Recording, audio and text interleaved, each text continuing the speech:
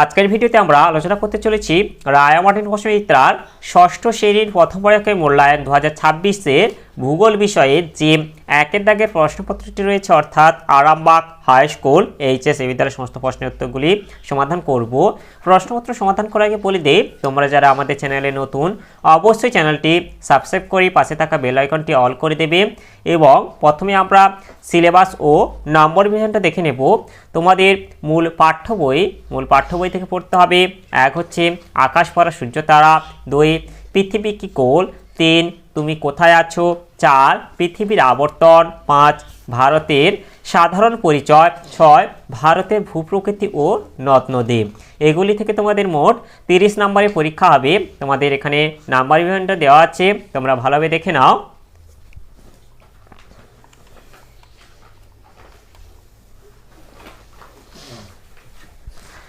প্রথমে একে দাগে আছে বিকল্প উত্তরগুলির মধ্য থেকে সঠিক উত্তরটি বেছে নিয়ে লেখো যে কোনো 6টি। একে আছে উত্তর আকাশে 7টি উজ্জ্বল তারা, আমরা যাকে বলি এটা হবে সপ্তর্ষি মণ্ডল। এরপরে 2 লাল গ্রহ বলা হয়, এটা হবে মঙ্গল গ্রহকে। এরপর 3 ভারতের মহাকাশ গবেষণা কেন্দ্র বিষয়ক সংস্থাটি হলো, এটা হবে ইসরো। এরপর 4 পৃথিবীর গড় ব্যাসার্ধ, এটা হবে 6400 কিমি। এরপরে 5 মাউন্ট এভারেস্টের উচ্চতা, এটা হবে 8848 মিটার। এরপরে 6 পৃথিবী কক্ষতলের সঙ্গে, এটা হবে 66.5 ডিগ্রি কোণ করে হেলে আছে। এরপরে 7 সূর্যোদয়ের আগের সময় হলো, এটা হবে উষা।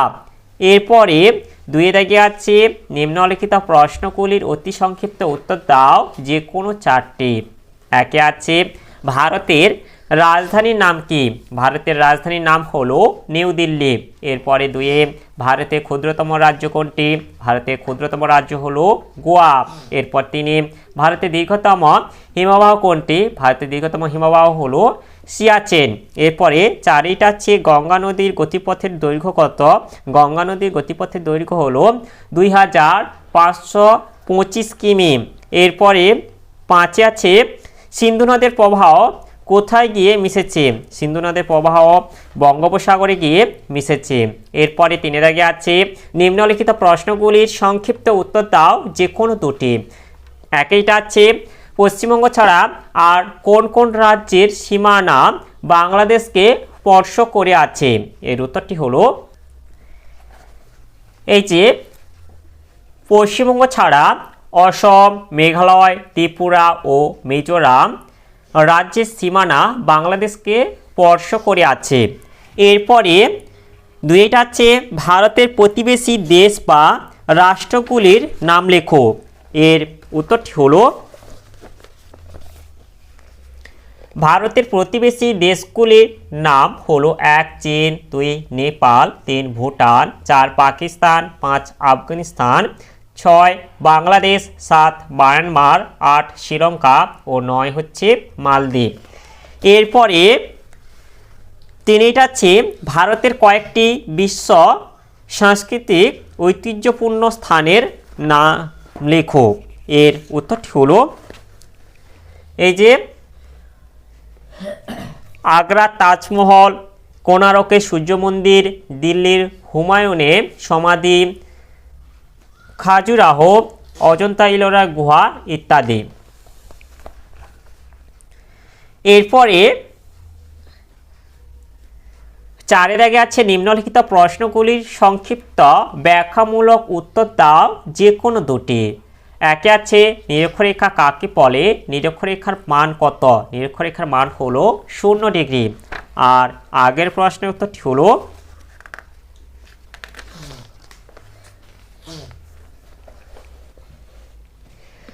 সুমেরু ও কুমেরু বিন্দু থেকে সমান দূরে পৃথিবীর ঠিক মাঝখানে অবস্থিত যে কাল্পনিক বৃত্তাকার রেখা পৃথিবীকে পূর্ব থেকে পশ্চিমে বেষ্টন করে রয়েছে তাকে নিরক্ষরেখা বলে।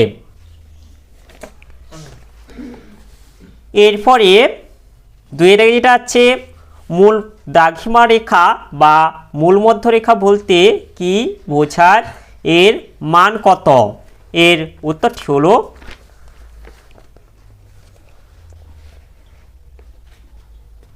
গ্রেট ব্রিটেনের লন্ডন শহরে গ্রিনিচ মানমন্দিরের উপর দিয়ে যে দ্রাঘিমা রেখা বিস্তৃত তাকে বলা হয় মূলমধ্যরেখা। মূলমধ্যরেখার মান হচ্ছে 0 ডিগ্রি। এরপরে তিনটা হচ্ছে অক্ষরেখা ও দ্রাঘিমা রেখার মধ্যে পার্থক্য লেখো। এর উত্তরটি হলো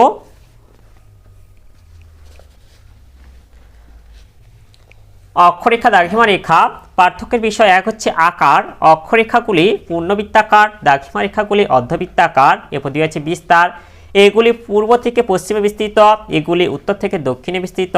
এরপরে তিনটা হচ্ছে দৈর্ঘ্য। প্রতিটি অক্ষরেখার দৈর্ঘ্য সমান নয়, প্রতিটি দ্রাঘিমা রেখার দৈর্ঘ্য সমান। এরপরে সংখ্যা, পৃথিবীতে মোট অক্ষরেখার সংখ্যা 179টি, মোট দ্রাঘিমা রেখার সংখ্যা 360টি। এরপরে আছে পারস্পরিক সম্পর্ক।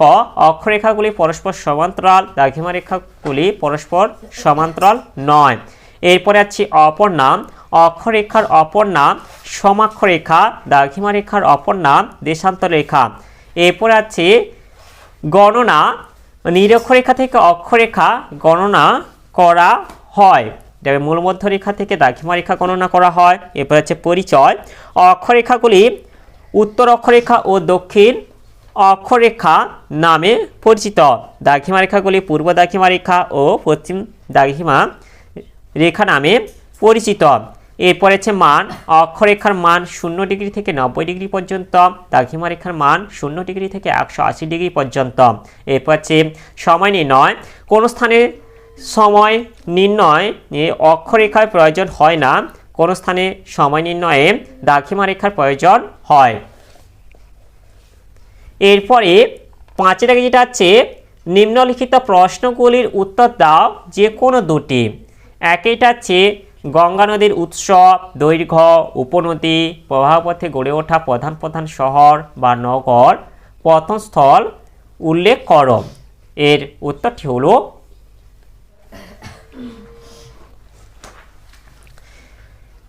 ভারতের প্রধান ও দীর্ঘতম নদী হলো গঙ্গা। এর দৈর্ঘ্য 2500 কিমি। উৎস গঙ্গোত্রী হিমবাহের গোমুখ তুষার গুহা থেকে উৎপন্ন হয়েছে। গতিপথ গঙ্গা নদীর গতিপথ 3 ভাগে বিভক্ত, যথা 1 উচ্চ গতি, উৎস থেকে হরিদ্বার পর্যন্ত গঙ্গার উচ্চ গতি উৎসের কাছে ভাগীরথী নামে প্রবাহিত হয়ে প্রথমে মন্দাকিনী ও পরে অলকানন্দার সঙ্গে মিলিত হয়েছে এবং গঙ্গার নাম নিয়ে দক্ষিণ পূর্বে প্রবাহিত হয়েছে। মধ্যগতি হরিদ্বার থেকে মুর্শিদাবাদের ধুলিয়ানা পর্যন্ত গঙ্গার মধ্যগতি। এই অংশে প্রবাহ পথ পূর্ব দিকে। এখানে যমুনা, সোন, গোমতী, গণ্ডক, কোশি প্রভৃতি উপনদী মিলিত হয়েছে। এরপর আছে নিম্নগতি। ধুলিয়ানা থেকে মোহনা পর্যন্ত গঙ্গার নিম্নগতি। ধুলিয়ানার কাছে গঙ্গা 2টি শাখায় ভাগ হয়েছে। একটি শাখা পদ্মা নামে বাংলাদেশের মধ্য দিয়ে দক্ষিণ পূর্বে প্রবাহিত হয়েছে এবং অপর শাখাটি ভাগীরথী হুগলি নামে পশ্চিমবঙ্গের মধ্য দিয়ে দক্ষিণে প্রবাহিত হয়ে বঙ্গোপসাগরে মিশেছে। গঙ্গার তীরবর্তী শহর হরিদ্বার, দেরাদুন, এলাহাবাদ, কানপুর, বারাণসী, পাটনা, কলকাতা প্রভৃতি। এরপরে 2 আছে ভারতের উত্তরে নদী গঠিত সমভূমি অঞ্চল সম্পর্কে যা জানো লেখো। এর উত্তরটি হলো এই যে উত্তরে নদী গঠিত সমভূমি অঞ্চল অবস্থান উত্তরে হিমালয় পার্বত্য অঞ্চল ও দক্ষিণে উপদ্বীপীয় মালভূমি অঞ্চলের মাঝখানে এই সমভূমি অঞ্চল অবস্থিত। উৎপত্তি সিন্ধু, গঙ্গা, ব্রহ্মপুত্র এবং তাদের বিভিন্ন উপনদী ও শাখা নদী হিমালয় পার্বত্য অঞ্চল থেকে নুড়ি, কাঁকর, পলি, বালি এনে এই বৃহত্তম সমভূমি সৃষ্টি করেছে। শ্রেণী বিভাগ 3 প্রকার। এক হচ্ছে সিন্ধুর উপনদী, শতদ্রু দ্বারা গঠিত পাঞ্জাব ও হরিয়ানার শতদ্রু সমভূমি। 2 গঙ্গা নদীর দ্বারা গঠিত উত্তরপ্রদেশ, বিহার ও পশ্চিমবঙ্গের গাঙ্গেয় সমভূমি। 3 ব্রহ্মপুত্র নদ দ্বারা গঠিত অসমের সমভূমি। বৈশিষ্ট্য 1 হচ্ছে উত্তরের এই সমভূমি ভূপ্রকৃতি অত্যন্ত সমতল। 2 এই সমভূমির গড় উচ্চতা 300 মিটার। 3 এই সমভূমির নদী গঠিত পলি মৃত্তিকা খুবই উর্বর, তাই কৃষিকাজ খুব ভালো হয়। 4 সমতল ভূমি হওয়ায় যাতায়াত ব্যবস্থা উন্নত এবং বহু শিল্পের বিকাশ ঘটেছে। 5 এই সমভূমি অঞ্চল অত্যন্ত জনবহুল। এরপরে 3 এটা হচ্ছে ভারতের পশ্চিমের মরু অঞ্চল সম্পর্কে যা জানো লেখো। এর উত্তরটি হলো, এর উত্তরটি আমি তোমাদের পাঠ্য বই থেকে বলে দিচ্ছি। এই যে পশ্চিমের মরু অঞ্চল, রাজস্থানের একেবারে পশ্চিম দিক বরাবর অবস্থিত এই অঞ্চলটি ভারতের বৃহত্তম মরু অঞ্চল। এর নাম থর মরুভূমি। যতদূর তাকানো যায় শুধু বালি আর পাথর, কোথাও বড় গাছপালা নেই, খুব ছোট ছোট অনিত্যবহ নদী দেখা যায়। এই নদীগুলিতে সারা বছর জল থাকে না, অল্প জল থাকায় নদীগুলো সমুদ্রে পৌঁছতে পারে না। যেমন লুনি দীর্ঘদিন ধরে অল্প বৃষ্টির জন্য অঞ্চলটি মরুভূমিতে পরিণত হয়েছে। এখানে চাষবাস একেবারে হয় না বললেই চলে, তাই এখানে খুব কম মানুষ বসবাস করে। তাহলে আজকের ভিডিওতে আমরা ষষ্ঠ শ্রেণী ভূগোল বিষয়ে যে একের দাগের প্রশ্নপত্রটি ছিল তা আজ সমাধান করলাম। আর ভিডিওটি শেষ করার আগে বলে দিই, তোমরা যারা আমাদের চ্যানেলটি এখনও পর্যন্ত সাবস্ক্রাইব করে রাখোনি অবশ্যই চ্যানেলটি সাবস্ক্রাইব করে নেবে এবং এই ভিডিওটিকে লাইক, কমেন্ট ও শেয়ার করে দেবে।